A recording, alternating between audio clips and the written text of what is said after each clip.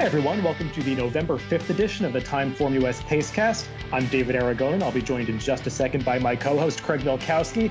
We were off for last week to prepare for the Breeders' Cup, and now all the races are in the books. So this week, we're going to take a look back at those 14 Breeders' Cup races from last Friday and Saturday. We're going to go through all of them, discuss the performances, the speed figures, the track, Eclipse Award ramifications. We'll cover all the bases, and we've got a lot to cover, so I think we can dive right in. And I'll throw it over to you, Craig. Just before we get into the specifics of the races, what were your overall impressions of this Breeders' Cup? I thought it was interesting. I think in the end, the track played really fair. There was a lot of talking about it. I think the races seemed to be a little more spread out than usual, so I think maybe some horses really didn't handle the track. But all in all, I thought it was a pretty good Breeders' Cup. I thought we had most deserving winners pretty much from the first race through the last race. And, I thought it was good. Yeah, we'll talk about the track a little bit when we get to some of the dirt races, because I do think you have to really discuss how it was playing and how it negatively affected some of the horses. And we'll talk about that a little bit with relation to the Classic. But beginning with the Breeders' Cup Classic, this was one of the most impressive performances of the entire weekend. The winner of this race was Vino Rosso, a horse who just seems to really be hitting his stride now at the top of the end of his 4-year-old season. He's a horse that had disappointed a lot of people along the way, seemed like one that was never really going to fulfill his potential. But the last couple of months, he's just really turned a corner for Todd Pletcher. He had handled this Santa Anita main track in the past, got back to it, really relished the surface here, got the distance, and he just ran away from this field, put up a top speed figure of 133, and I was impressed by this performance. Yeah, this was a big effort. I think he clearly is at his best at 10 furlongs. All his best races lately have come at that distance, and just a really good horse. It's a shame to see him go. I've read that he's retiring, going off the stud, because I'd like to see him a few more times and see what he could do in some of the bigger races coming up. I did think this was an interesting race. McKenzie ran very well. I do still think 10 furlongs is not his best distance. I don't think that's any breaking news. And sometimes people read that the wrong way. They think because you say a horse can't handle 10 furlongs, it means they're just going to completely fall apart, which obviously wasn't the case. It just means they're not going to quit. They're going to kind of flatten out that last furlong. And I think that's what we saw with McKenzie. I thought Higher Power ran pretty well, given the circumstances, and even Elate ran basically her same race. She was just in a little bit over her head. I personally was disappointed in the 3-year-olds. None of them really showed up at all in here. I really thought one of them had a good shot to win this year, and they couldn't even crack the superfecta. Yeah, a lot of the Eclipse Award categories did get sorted out on Friday and Saturday, but one of the few that still remains a little bit up in the air is that 3-year-old champion title. And Code of Honor just didn't seem like he really handled the racetrack. I know his trainer, Shug McGahee, had some very negative things to say about the way that Santa Anita managed the course. Obviously, when your horse doesn't run well, it's easy to blame the track, but I know many trainers had those feelings after these races. But I agree with you. The 3-year-olds just didn't really show up in this race, and it leaves the door open for a horse like Maximum Security to perhaps win a race like the Cigar Mile or the Clark Handicap, wherever they decide to go. And another Grade 1 win on his resume, I think, would give him a really solid chance to take that title, even though he got disqualified out of that biggest win in the Kentucky Derby, because the others just haven't accomplished all that much at this point. And, we've seen horses in the past step up and even get a second or third place finish in the Breeders' Cup Classic as 3-year-olds, and that could be enough to put them over the top. But none of the 3-year-olds were able to do that this year. With regard to the other horses that you mentioned, I thought Elate got a sort of weird trip where she kind of got shuffled back around the far turn. One of the really important things we have to discuss with regard to these dirt races is the impact of the kickback and how horses that seem to be covered in dirt were just going backwards around the far turn. It seemed like you couldn't really be in that kickback for a prolonged period and have any finish whatsoever. And Elate, to her credit, she got the 10 furlongs at the end by outstaying some horses that were just very tired, but she was far back in the pack. And we obviously had that tragedy with Mongolian Groom. You never want to see that. The one thing I will say with regard to that and the racetrack that kind of disappointed me was this idea that you can maintain a track to be safer. And I think that was one of the parts of this Breeders' Cup that just kept kind of getting on my nerves. And once we had this really unfortunate tragedy in this race, it's almost as if by maintaining the track a certain way, they were making this sort of tacit promise that we wouldn't have a situation like that. And I always think that's not what you want to be doing in a position of power in this sport by promising you can get to some zero fatality goal, because you just can't. I mean, you might as well have run this Breeders' Cup over synthetic surface, because the results can be unpredictable in that way too. And all of these horses, most of them were facing a dirt surface that was maintained in a fashion that they hadn't really encountered before. And I just think you don't want to be maintaining a track in such a way to kind of make this false promise to the people that are watching and betting on the races. Yeah, I would agree with that. You either want to race on dirt or you don't. So I guess a decision's going to have to be made out there. It was definitely a different track. As you say, I don't get the slow time thing, why everybody suddenly thinks that running slower tracks makes it safer. I've never really seen any evidence of that. I've seen plenty of horses have problems on slow tracks just as much as I have on fast tracks. So I'm not any kind of track superintendent or expert in that, but I would like to see some evidence where just making the track so deep and so heavy makes it safer, because obviously it didn't really work out as we saw in the Classic. And it can be frustrating when you handicap these races and they have to deal with a surface that's completely foreign. Like I said, I do think the track was fair, but there were definitely some horses who didn't handle it at all. Code of Honor is one. Forgetting what Shug said, just watching him, that's not the same horse we saw in the Jockey Club Gold Cup or the Travers. He basically had no finish whatsoever. So, and there were countless other examples like him. So I don't want to take away from the horses that ran well, because horses that handled it, like I said, I do think we had deserving winners, but I do think there are plenty of horses that if they're coming back to race next year, you can just put a line through their Breeders' Cup efforts.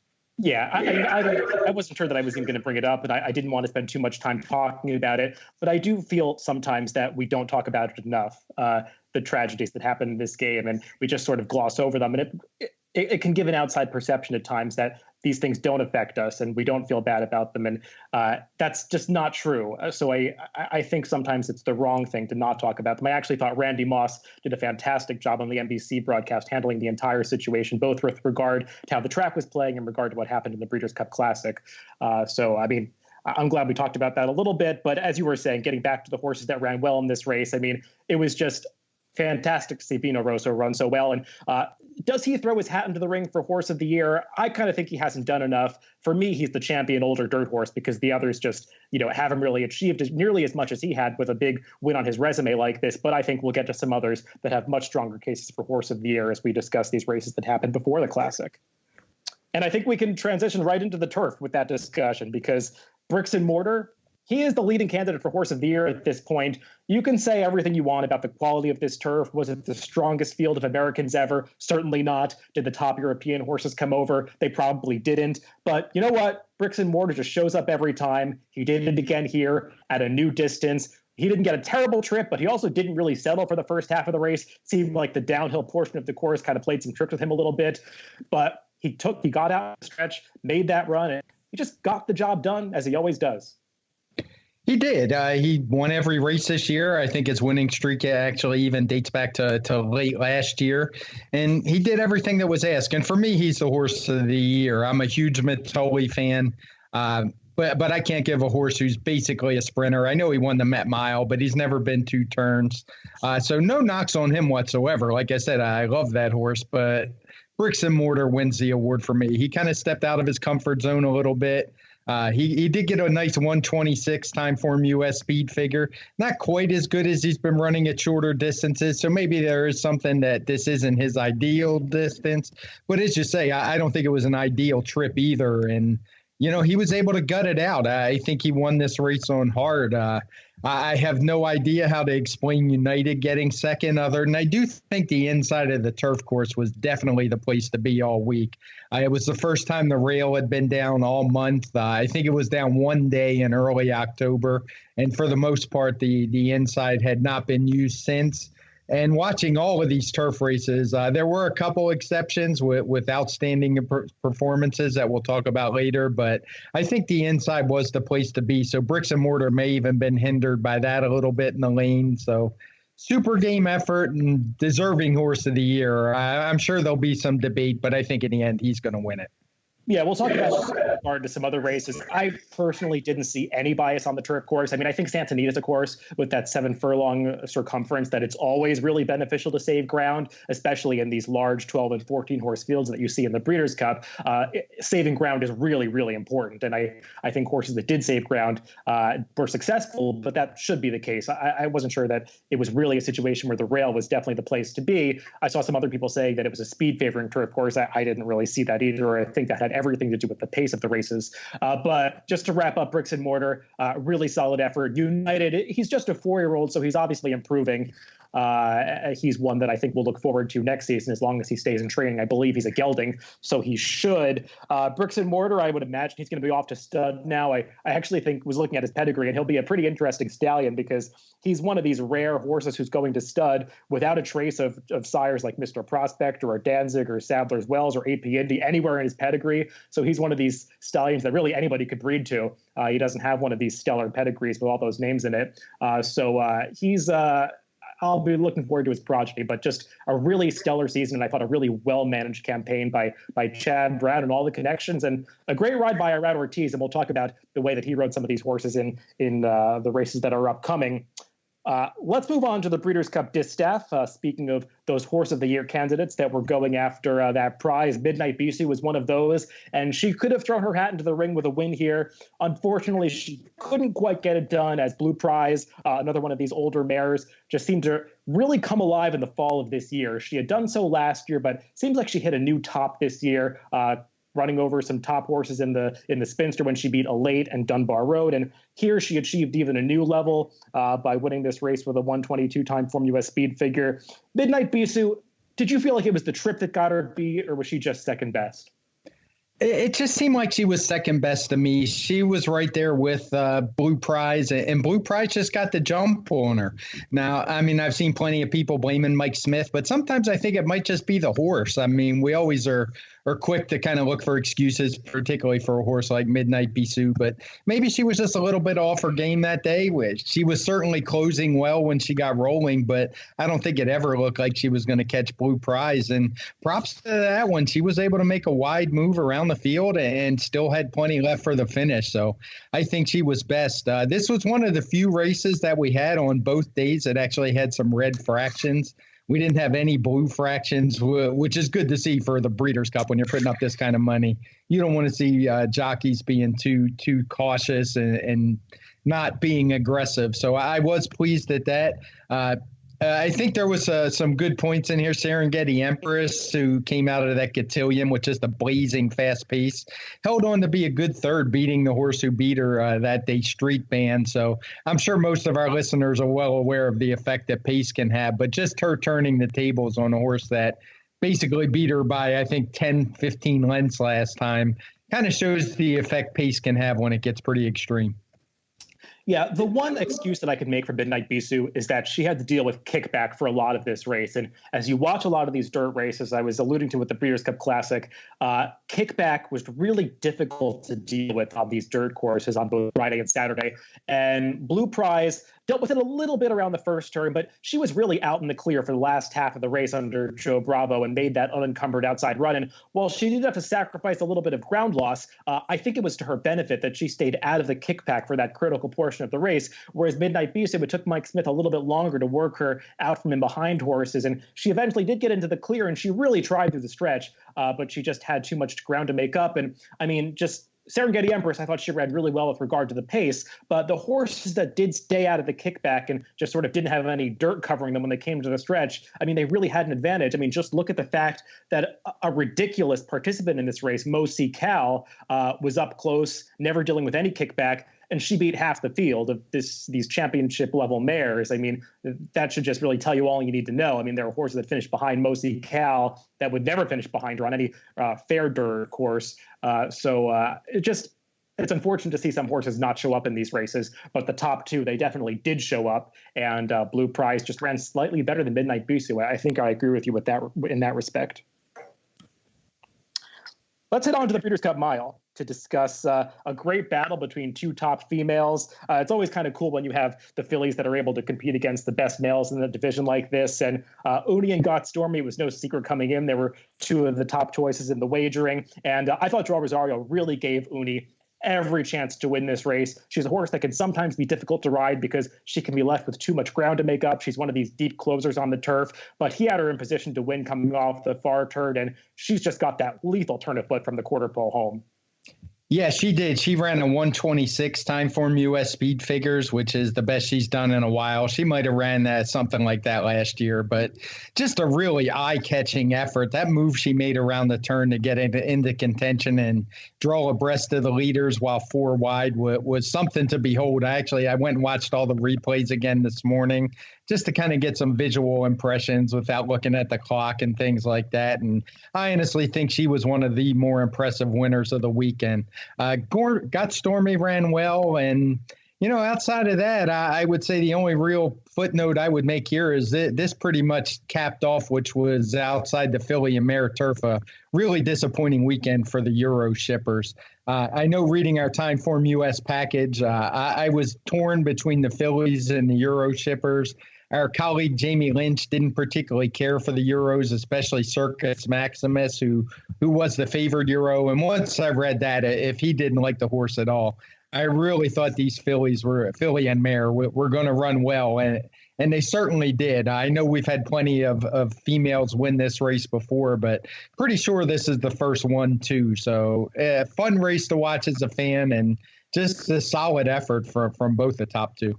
Yeah, it just seemed like there weren't as many appealing options as there often are in the Breeders' Cup with those coming over from Europe. They were just maybe a cut below some of the level that we usually see. And I mean, it had been talked about that this year that the miling types in Europe just weren't of the class that you're sometimes used to seeing in that division. And maybe the best did come over and they just weren't quite good enough to beat our best on a U.S.-style turf course. Got Stormy, I do want to give her a shout out. She ran really well here too.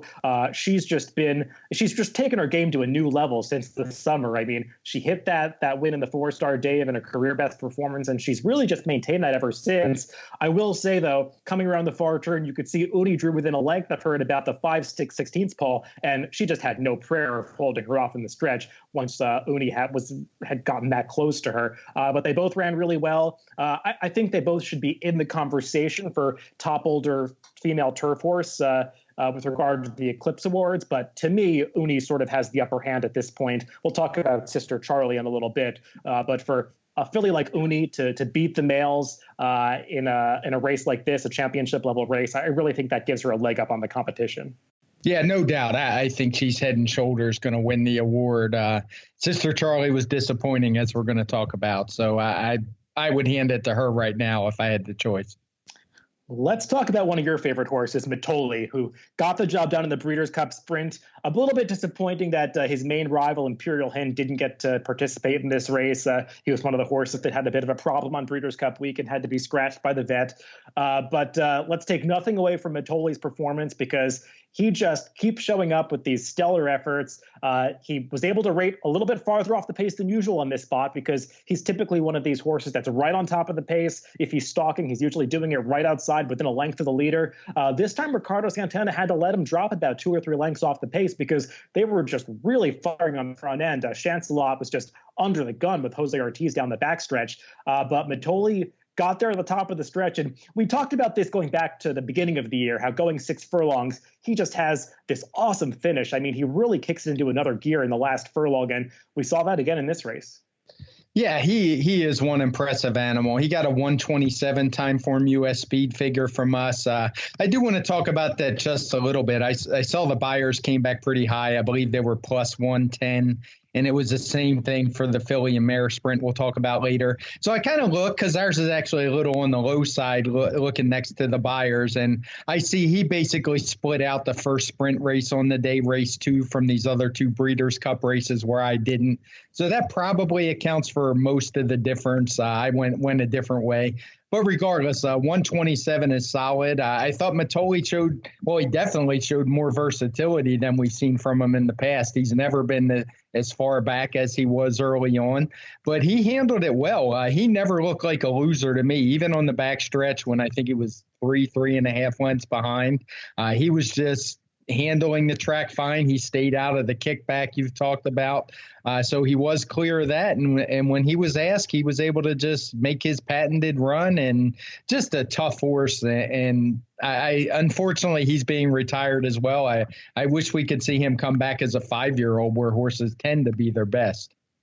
Yeah, I mean, he's put together one of the top sprint campaigns that I think I've seen in quite some time. I mean, these sprinters, their form can be quite fleeting at times, and we've seen some really impressive performances in the Breeders' Cup Sprint going back many years. But I was looking through the list of winners, and rarely do you see such an impressive Breeders' Cup Sprint winner that is putting a performance like that together at the end of a campaign like the one that Mitoli's had. And for me, he really is one of the candidates for Horse of the Year. I think if he's not in your top 3 selections, you're just not paying attention. But can a sprinter be the Horse of the Year with a resume like the one he has? I'm just not sure about that. I know he did step outside his division and win the Met Mile in arguably his finest performance of the entire year. But I'm just not sure that the sprint division really lends itself to earning an award like Horse of the Year, because you have so few matchups of the top horses. He just really beat what was out there for a lot of the year, and that maybe wasn't quite at the level of some of the runners that Bricks and Mortar was beating. But still, Mitoli is a really cool horse, and it was great to see him take down this top prize on Saturday. Yeah, the one thing I'll add is it just shows that rail was epically bad at Saratoga. The fact that a horse like Mitoli could get beaten by 7 lengths just shows it. And I think we'll remember that as one of the strongest negative biases we'll probably ever see. Yeah, maybe if he had gotten that win, he'd have a stronger case for Horse of the Year. I mean, everybody knows he had a big excuse that day, but a loss is still a loss. I mean, you could say if Vino Rosso hadn't been taken down in the Jockey Club Gold Cup, maybe he'd have a case for Horse of the Year. But, I mean, the results are what the results are, and Mitoli did suffer that loss. Let's go back to the turf and talk about the filly and mare turf. Sister Charlie seemed like she was just kind of the consensus pick for the top older female Eclipse Award heading into this race. She was one of the biggest favorites of the day, and she just didn't really show up with her top effort. There was a little bit of ground loss to deal with. I thought John Velasquez rode her with a lot of confidence, maybe too much confidence, because he did go about 3 wide around a couple of the turns. As I hear your dog's getting very upset about Sister Charlie's loss. I guess they had her to win. This was a weird race to watch because you had sort of a runoff on the front end. Thais was supposed to fulfill that role for Sister Charlie, but Mike Smith on Mirth, long shot in this race, she sort of took over that pace setter function, and she set a pretty quick pace on the front end. The others just kind of ignored her, as the horses that were just chasing her in second and third actually were the ones that dominated the race. Iridessa, the European shipper that did the best here, got a great trip, saved all the ground, held off Vasilika late, who was really game towards the finish. But Sister Charlie, I just thought she didn't quite have it on this day. Yeah, and looking back, there were some signs. Maybe she was tailing off a little bit last time, or her speed figure dropped more than a few points, and thought maybe that was a case of the pace with her rabbit. But maybe it's looking at this race, maybe there was a little something more there that I should have seen. She just didn't have that same kick. Like you said, she basically had her rabbit, even though she wasn't in the race since Mirth filled that role. This is one of the few races I've talked about that actually got red fractions, but they're a little deceiving in here because, like you said, Mirth basically ran off from everybody. Nobody paid any attention to her, and she wasn't really ever a factor other than being that out there by herself pace setter. The top 2 ran very well. I was real impressed with Vasilika as the American contingent. She was game as she always is. To just get beaten next, she was one I kind of dismissed against the step up in competition, but it's a real deal and hard to believe she's the same horse we used to see run in New York. Yeah, I didn't like Vasilika at all in this race. I didn't think she really wanted to go the 10 furlongs. I didn't think she was a true grade 1 level type performer against those coming from the East Coast and from Europe, but she proved me dead wrong. I mean, she really stepped up and ran to her competition. She just loves that Santa Anita turf course, and she also showed that she can run a slightly higher speed figure, because I know you had talked about this a lot in the past. She kind of been stuck at that plateau of that 119, 120 TimeformUS speed figure. She stepped up about 5 points in this race and ran to the competition. So credit to her for just a really hard-knocking, hard-trying mare who who overcame those humble beginnings to get to this point.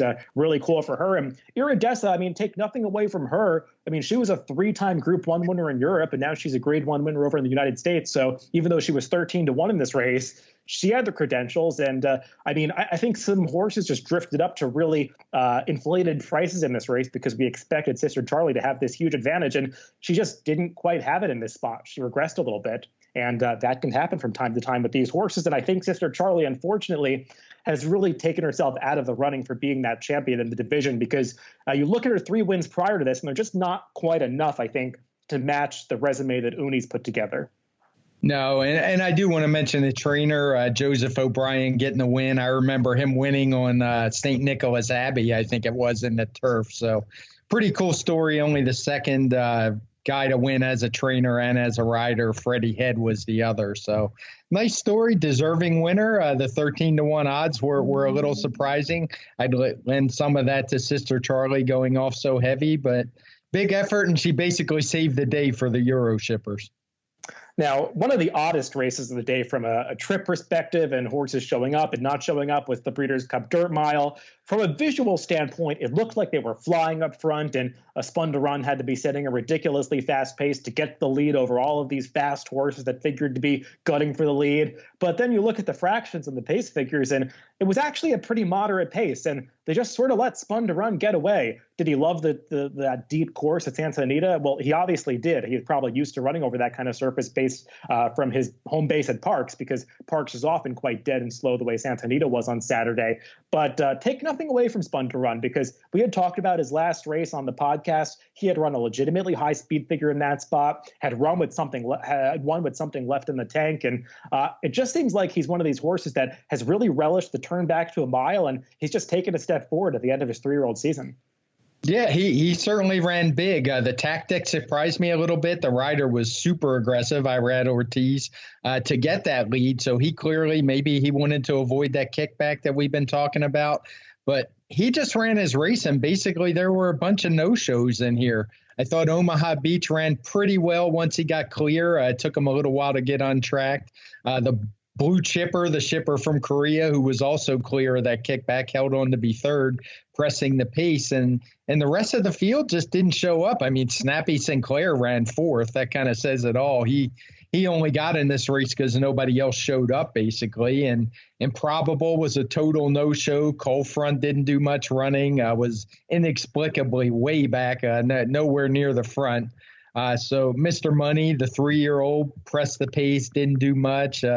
So I'd almost say this race, and not to take anything away from Spun to Run, as I said, we've been talking about him for a month every time his name came up or horses ran back out of his last race. But this was more about other horses not running to me as much as it was him running well. Yeah, I think one of the things that worked against Omaha Beach was that I think they anticipated there'd be more speed in this race than actually materialized, because he ended up being way too far back with relative to this pretty moderate pace. I mean, if they had been going the kind of fractions that we saw in some of the juvenile races on Friday, which we'll talk about, maybe Omaha Beach would have had a chance. But I mean, a horse like him, he can't close into these moderate fractions when a really quality runner like Spun to Run is setting them. And I mean, you could second guess all day long if he should have gone in the Classic or not, or what was the right spot for Omaha Beach. But it's just kind of fascinating that he had so much speed going 6 furlongs in his prior start. And he just seemed a little bit sluggish in the early going this longer 1 mile distance in the Dirt Mile on Saturday. But each race is different, and horses can change from race to race. Just want to give a quick mention to the horse that you brought up, Blue Chipper, that was third, the Korean horse. When they allow the dirt courses to get this loose and dry and sandy, they do resemble the dirt courses that they race over in Asia and in Korea, as well as in Japan. And I don't think it's any coincidence that we saw a horse like Blue Chipper from Korea run well, that we even saw in the juvenile, a horse from Japan, Full Flat, run well, just finishing outside the super factory, even though he looked like he should be 1,000-1, because these horses have a little bit of experience over these really sandy dirt courses. So just something to point out when you're analyzing the form of those horses. But I agree, this race was more about the no-shows than anything else, though taking nothing away from the winner, Spun to Run, because he was impressive. Let's go to 2 sprint races to wrap up the Saturday action. The Breeders' Cup Turf Sprint, going the 5 furlongs on that Santa Anita turf course. a bit of a weird race because another one where the pace just didn't really develop, and Belvoir Bay from that outside post position was just able to get to the front through pretty moderate fractions for this distance, and she really just never let anybody else get into the race. She did, and this is one I'm kicking myself for. I actually went back and listened to our forecast, and I mentioned two horses first, Belvoir Bay and Ohm, and I wound up having a total of $0 on either of them. So sometimes we make dumb decisions here, but I mean, it's not surprising she was able to win. I think what's surprising is she was able to clear so easily from the 12 post and just make a clear lead while not even going particularly fast. I think you can see that's indicated. The first three finishers were 1, 4, and 2 after that opening 3/16 of a mile. And, nobody was able to make up any ground on them. Super impressive. Belvoir Bay for Peter Miller to get her off that layoff. She hadn't run since early June. We had talked about her several times earlier in the year about how impressive she was, but you had to be a little suspect with her being away since that Jaipur. But he just seems to have these turf sprinters down to a science, and he doesn't just win the races. He often runs 1-2, and he's definitely the best turf sprint trainer we have out there right now. Yeah, maybe we all just overcomplicated it because the trifecta was composed of Peter Miller and Jason Service horses, and they're the top two turf sprint trainers in the country. So sometimes it is just that simple. I mean, I don't know how he got Ohm to show as much speed as he did in this spot because, while you weren't shocked that Ohm ran well in this race, I think the prior time that he contested the Breeders' Cup Turf Sprint going on the downhill course, I believe he closed from last or second to last to get up for second or third. And on this day, he was right outside Belvoir Bay, stalking about a length off the leader. So I don't know how he got that much speed into him, but he did. This race, again, a little bit about some of the no-shows. I mean, Eddie Haskell was one of the ones that had a really unfortunate trip, got steadied on the backstretch. Rosario is such a good rider in these turf sprints, but unfortunately, it just seemed like he made all the wrong moves on Eddie Haskell. Just one of the rare bad rides that Joel gives him one of these races. Other horses were also unlucky. Stubbins, who was fourth, was just kind of held up in traffic for most of the stretch run, but he was really flying once he got into the clear. And Pure Sensation, if he had broken well, I think Pure Sensation might have won this race because he had to rush up in the early going, got stuck in traffic, had to come outside, still just barely finished outside the superfecta. He could have made things difficult on Belvoir Bay, but it just worked out in Belvoir Bay's favor. Yeah, I did mean to mention Pure Sensation. That obviously changed the race when he broke poorly from the inside. I think most people thought he would be the pace setter, and he clearly wasn't. And it just kind of handed the race to the Mare. Shecky Shabazz was one that surprised me. I thought he had kind of had some garden trips in his last couple and still couldn't even win his last race. But to turn back to 5 and the soft pace, he ran well. No knocks on him. I would have never had him. I was surprised he ran so well. And as always, there's going to be a lot of trips in these races, but that's what you get at 5 furlongs. If you're not betting speed horses, you're going to have to get lucky because the horses aren't getting tired. You're going to have to work out a trip. You're going to have to go around horses. And it's just very tough to do at this distance. So I'm a little disappointed the race was at 5 furlongs. I think it takes a little something away from it. The only other place they run it at that distance is Churchill. But I understand why they went away from the hill. And I'm hoping the next time they get back to Santa Anita, maybe they'll be racing on the hill again. Yeah, I would agree with that. They're just fun races to analyze down the hill, and I think they give some of the Europeans a better shot and all of that. So I agree with you about that, that being a better configuration for the Breeders' Cup Turf Sprint at Santa Anita. Let's close out the Saturday action by talking about the Breeders' Cup Filly and Mare Sprint, the first race they ran, Breeders' Cup race they ran on Saturday. And the 3-year-old filly, Kofefi, just put forth another stellar effort. She's really been in top form ever since that Miss Preakness win back in May. She seems to relish these sprint distances. She's been posting the kinds of speed figures that you don't often see out of a 3-year-old filly. And this race was really dominated by the 3-year-old fillies because Bellafina got back into form to be second. I thought Flavian Pratt gave her a great ride. I mean, I talk a lot about the kickback on the Santa Anita dirt course on both Friday and Saturday. And while Bellafina did have to deal with some of the kickback, I thought Pratt made a really wise decision to take her right down to the inside to sort of find a clear path for her on the backstretch, got her right in behind the leaders on the turn. So she never really had a chance to get covered in the dirt because she was just basically stalking horses' tails at that point. He got her out in the stretch. She made a really good run at Kofefi, and it briefly looked like she might have her in her sights chance and get by her, but Kopepi dug in, held her off. These are two really nice 3-year-old fillies. Yeah, it's really good to see Bellafina get back in the form. I had kind of written her off, but she's certainly a better filly now. And I think this is probably what she wants. These 7 furlong races, definitely one turn. So if she's coming back next year, maybe mile races around one turn. But anyway, enough about her. Kopepi was highly impressive as usual. She was able to rate, kind of got worked out a nice trip. Joel Rosario that made some good decisions here. Took her out at the right time, didn't force that early pace, and just a really good filly. I think she probably wrapped up 3-year-old filly Eclipse honors here, which is kind of odd to say for a sprinter, but I don't really think she has much competition. I was a little surprised she only ran a 1:21 TimeformUS speed figure here. She's been running faster, and I just watching the race, I figured it would be a little quicker. But as I mentioned earlier, when you look at race 2, which was won by Flagstaff and Roadster also came back in here, it really kind of makes sense. You'd have to just kind of assume the track changed between those 2 races, which I had no reason to do. So I stuck with what the clock told me. But that's not taking anything away from the effort. She did what she had to do to win. You're never going to quite earn as fast a speed figure when you come from off the pace like she did and kind of had to maneuver to get her way out. But all in all, a good effort. And like I said, the top 3-year-old filly this year for me.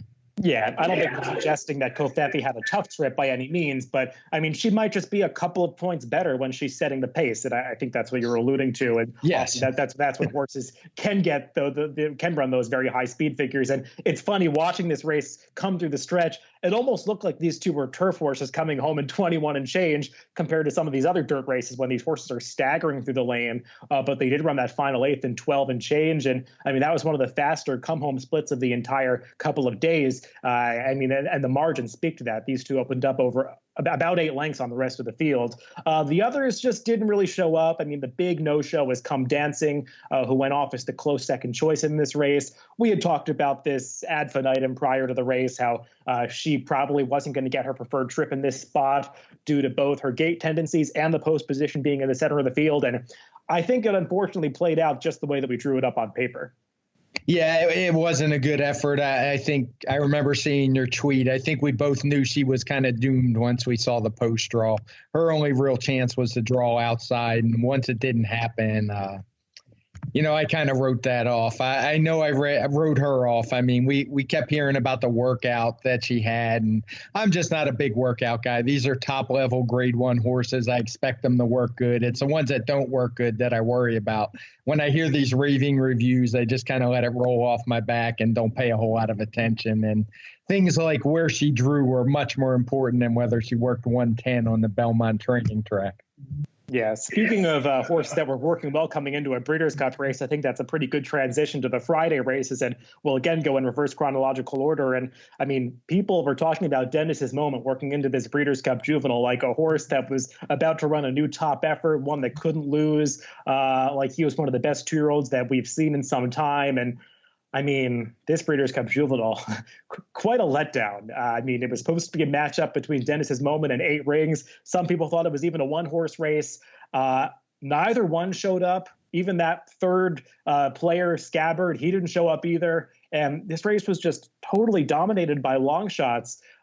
Storm of the Court, I mean, to his credit, he had showed some ability at Del Mar over the summer. So, I mean, I don't think it's a total shock that he could take a step forward and win this race, and run well in this race, I should say. But, I mean, the fact that he got the job done over the rest of this field is pretty shocking. And I mean, Anno Dor, who was second, had never run on the dirt before, was coming off just 1 start. Wrecking Crew, who was third, I mean, a decent horse, but one who would never run speed figures to suggest he could be competitive in a race like this. Just a really wild race to look back on and watch and analyze. And I don't know what to make of it. Yeah, it was kind of surprising, obviously, in the finishers. I mean, just look at the tote board could tell you that. And just based on the two, the race clearly changed when Dennis's Moment had just an awful start, which completely took him out of the race. I think our colleague at DRF, Marcus Hurst, said it was a 8 or 9 out of 10 as far as bad starts. And then I actually saw a video of the slow-mo, and I'd probably say it was a 9 or a 10, where the only way it's not a 10 is if you have to lose the jockey. So, you can definitely put a line through him. It came out at, he came out of the race fine, apparently. So I assume we'll see him again. No real excuse for 8 rings. He pressed the pace. He was kind of wide, or not wide. He was out in the clear, and he just had nothing. The one thing I will say is it was a pretty fast race. Storm the Court got a 1:15 for the win. The runner-up a 1:14. The final time clocking of 1:44.93 was pretty darn quick for this track. We'll talk about the Juvenile Fillies a little later. This is a case where me and my partner out in California that makes the figures do think the track changed between some of the races. So while they were definitely faster than the Fillies, it's not quite as much as the clock would indicate. But all in all, it was a good effort from the top 2. You just got to look past the odds and remember these are 2-year-olds. They can, jump up and mature at any time and run faster races. And I think that's what happened here. I'm not going to knock them because of their odds. I think both of the top 2 ran very well. Yeah, I did want to ask you about the speed figure a little bit in more detail because I saw the buyer for this race came back very low. And I think that they probably thought the track changed a lot more. Whereas I think you made a bit of a more of a distinction with a slighter change between the Juvenile Fillies in this race.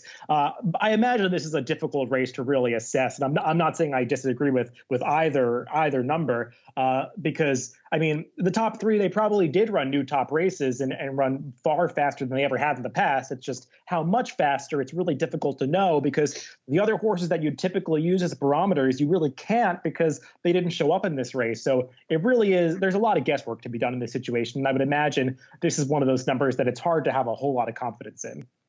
It is, but it did help that there was a race afterward. Unlike Saturday when the last Breeders' Cup race was the last race of the day, we had the 7th race to kind of base things on. And we also had the marathon, which isn't an official Breeders' Cup race anymore, but that was just painfully slow, which kind of helped. I mean, we do make ratings for the marathon, and those horses outside of Campaign, who was just awful and did no running, the horses that ran the top 2 are really consistent, pretty much know what they're going to run. So for that distance, had a pretty good idea on what the track speed was. So when the Juvenile Fillies came up so slow, I wasn't all that surprised. So as you said, I don't think there's any doubt there was a change in the track speed at some point after that Juvenile Fillies. It's just a matter of how much. And luckily, the 10th race helped me out a bit. And I'm actually fairly confident in these figures. I wouldn't give it a gold star and say I'm 100% confident, but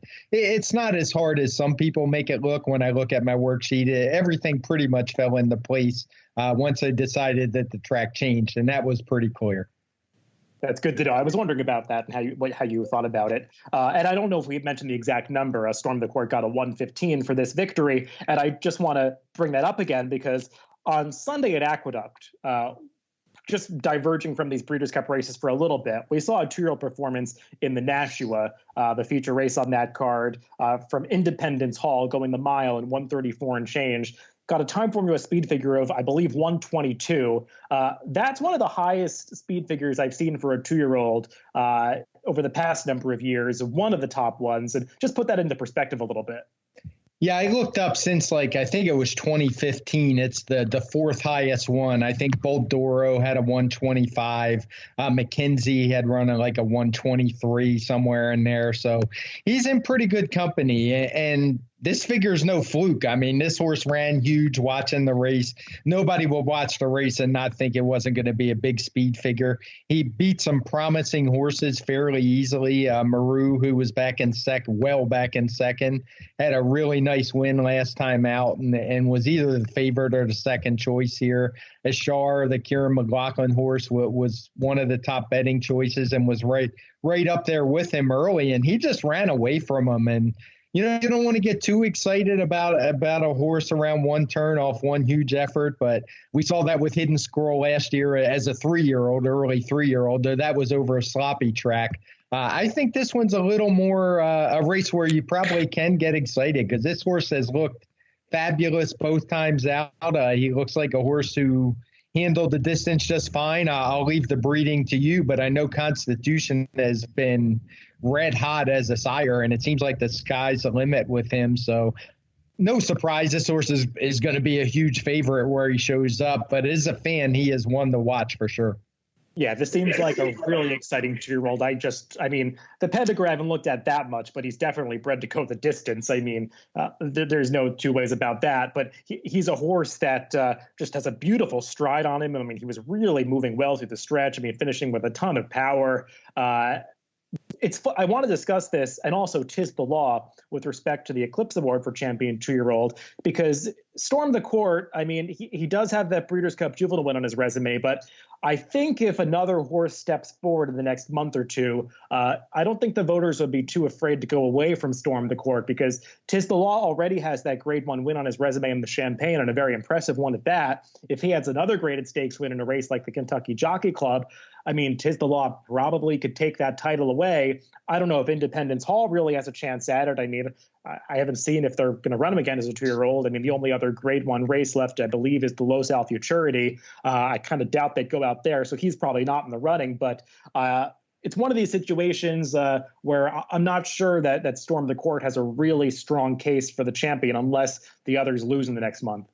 Yeah, if I was his connections, I might show up in that Los Al Futurity, because a win there could probably cement it. Right now, I consider this division wide open. I'm pretty sure you have a vote like I do as working for DRF. And this is the one division I don't have a clue who I'd vote for now, and I'm not even going to try. I'm going to wait until those other bigger races are run. The Remsen, I think there's one at Churchill that you mentioned, and also the Los Al Futurity. So we'll see how it looks after that.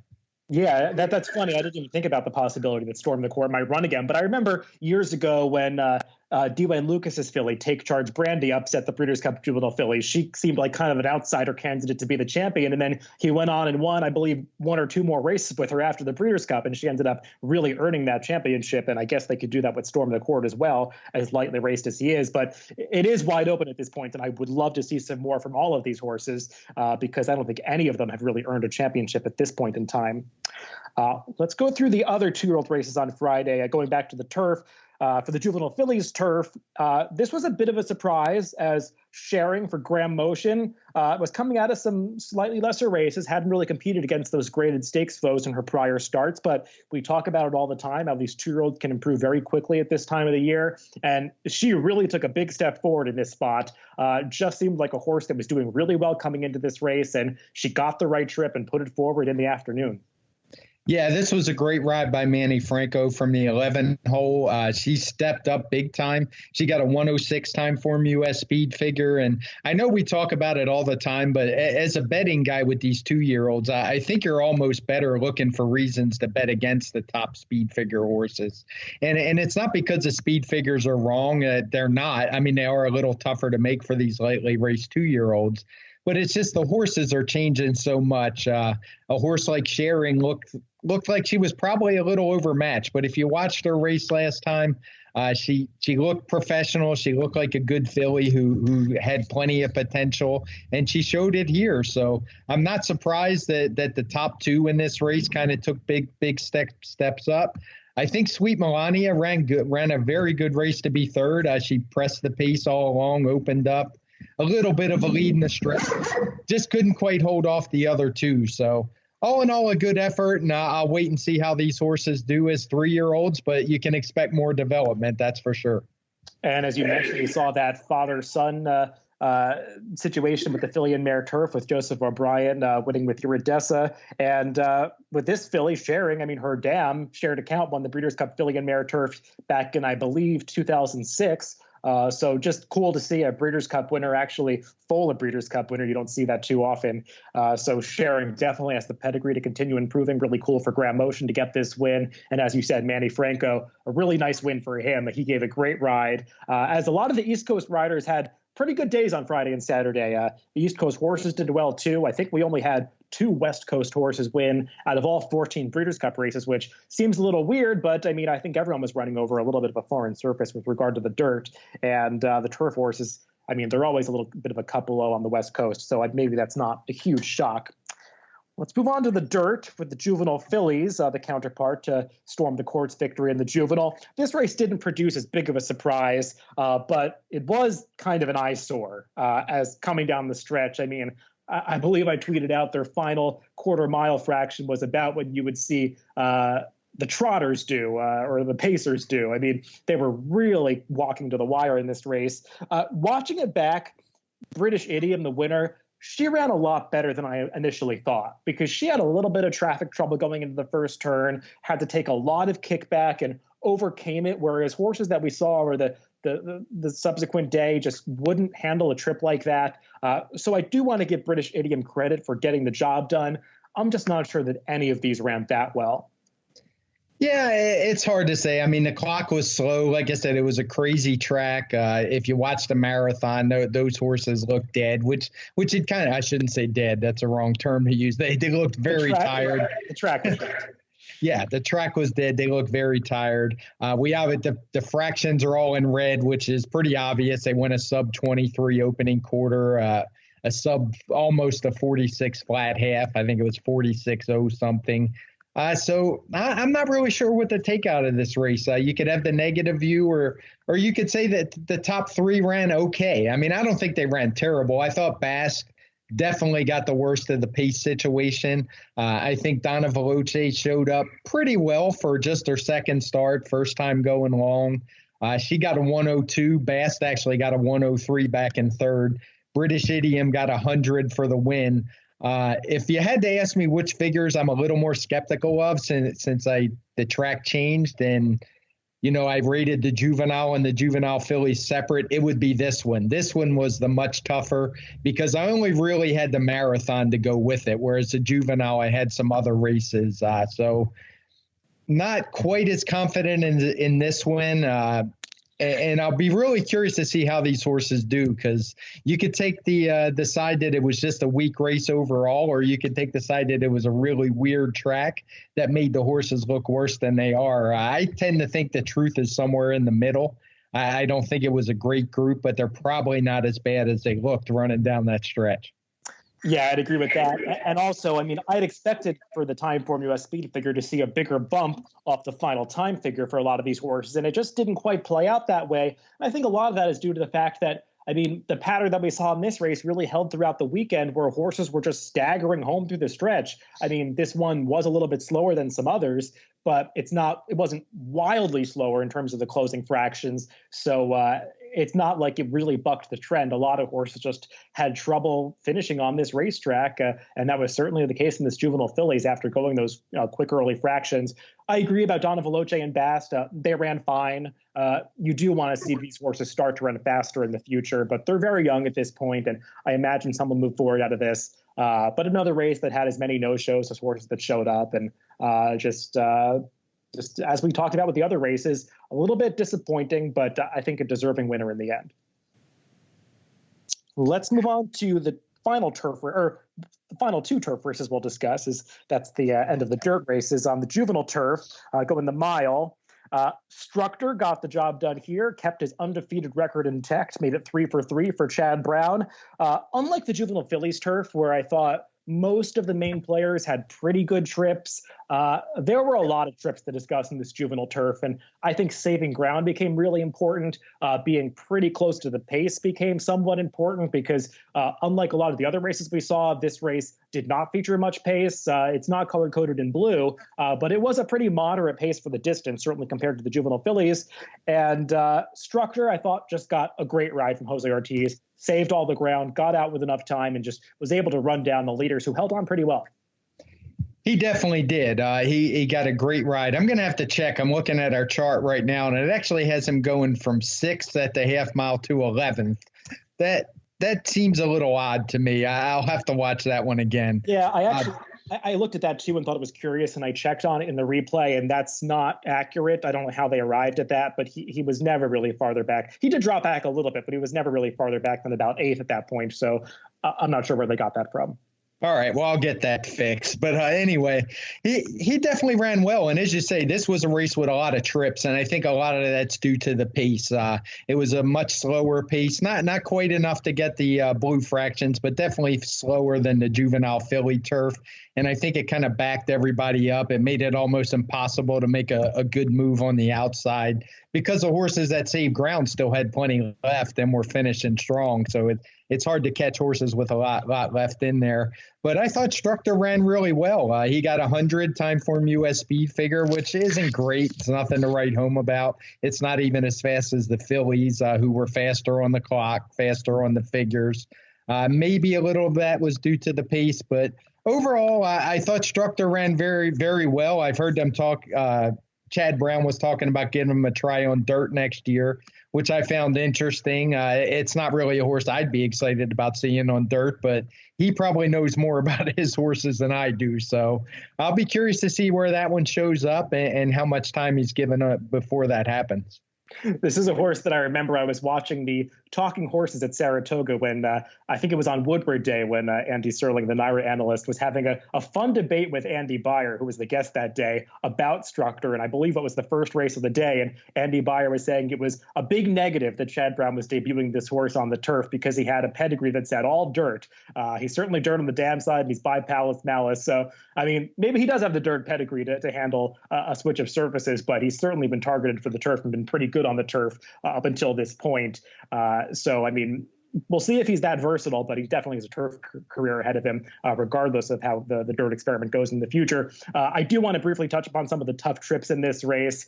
Obviously, Decorated Invader, not an ideal trip, lost a ton of ground coming around the far turn. I really thought Irad Ortiz, he got some criticism for this ride. I didn't think he could have done a whole lot differently. The horse didn't break that well.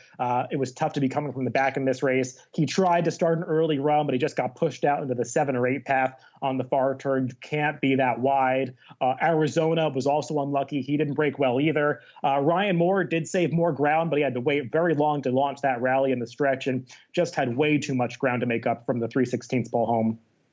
Yeah, I'd agree with that. And the tight finish the tight bunching at the finish kind of tells you this probably wasn't the strongest race. But again, trips probably had something to do with that. And, it'll be curious to see. These horses are going to change, are going to develop, and they'll probably sort themselves out pretty soon. But I don't know that we learned a whole lot in this race about who's going to be the best 3-year-old turf horses. That's for sure.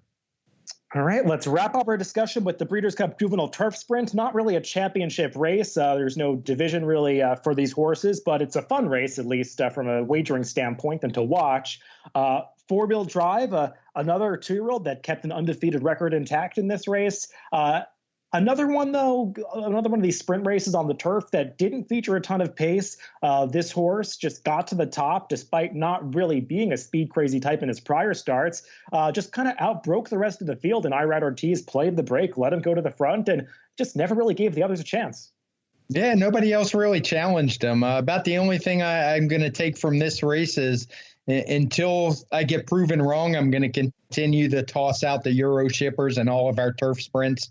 They just don't seem to have the speed. Even the ones that look good on paper didn't really make any kind of dent whatsoever in this race. I guess Dr. Simpson was the closest chaser, but he really had very little left at the end. So I'm going to keep sticking with the Americans, especially Wesley Ward, who always seems to have runners for this race, and will probably try to take advantage of that. And, decent effort, 101 TimeformUS speed figure. He had run 96 and 100 in his prior 2 starts. He looked like the fastest horse overall coming in, and he looks that way going out. Yeah, it was just a merry-go-round race. Coming out of the gate, it almost looked like Irad Ortiz was shocked to find himself alone in the lead. He kind of looked left, and there was nobody there. And this horse, though, he had shown real talent in his prior 2 starts, so it wasn't any great shock to see him win this race. Chimney Rock ran second the entire way around. I thought Another Miracle ran pretty well to be third. Mare was maybe the slightly unlucky one. She was a closing fourth because she has more speed, just didn't break that well once again and was always behind the 8 ball. So that worked against her. But I agree with your assessment of the Euros. They're just not quite fast enough to win going, especially this shorter 5 furlong distance. Well, those were all the Breeders' Cup races. I think we discussed everything we wanted to cover, also in regard to the Eclipse Awards and where we stand on those horses. And I'm just looking forward to kind of let these results sink in for a little while.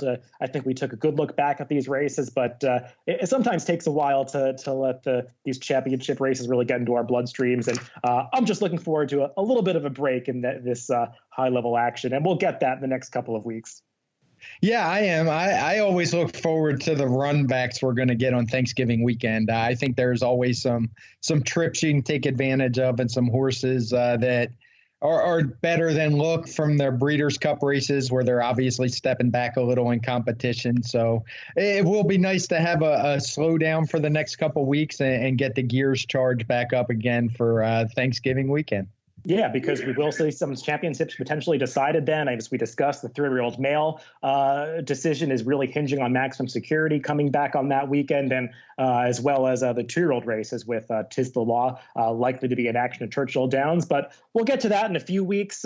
For now, you can listen to us on drf.com, Spotify, iTunes, YouTube, SoundCloud, as always, the TimeformUS Pacecast, which we record on Tuesdays. And this Friday, we'll again pick up the TimeformUS Forecast, looking at the weekend races. We'll be handicapping some races this weekend. Craig, I've got to be honest, I did not look at which stakes are coming up this weekend or if there are any major ones on the schedule. I think there are a couple at Aqueduct, but I didn't look up how the fields are coming together or anything like that. But we'll find some interesting things to talk about, I'm sure, about that. And looking forward to talking again on Friday. So, Craig, talk to you then. And guys, see you again on Friday.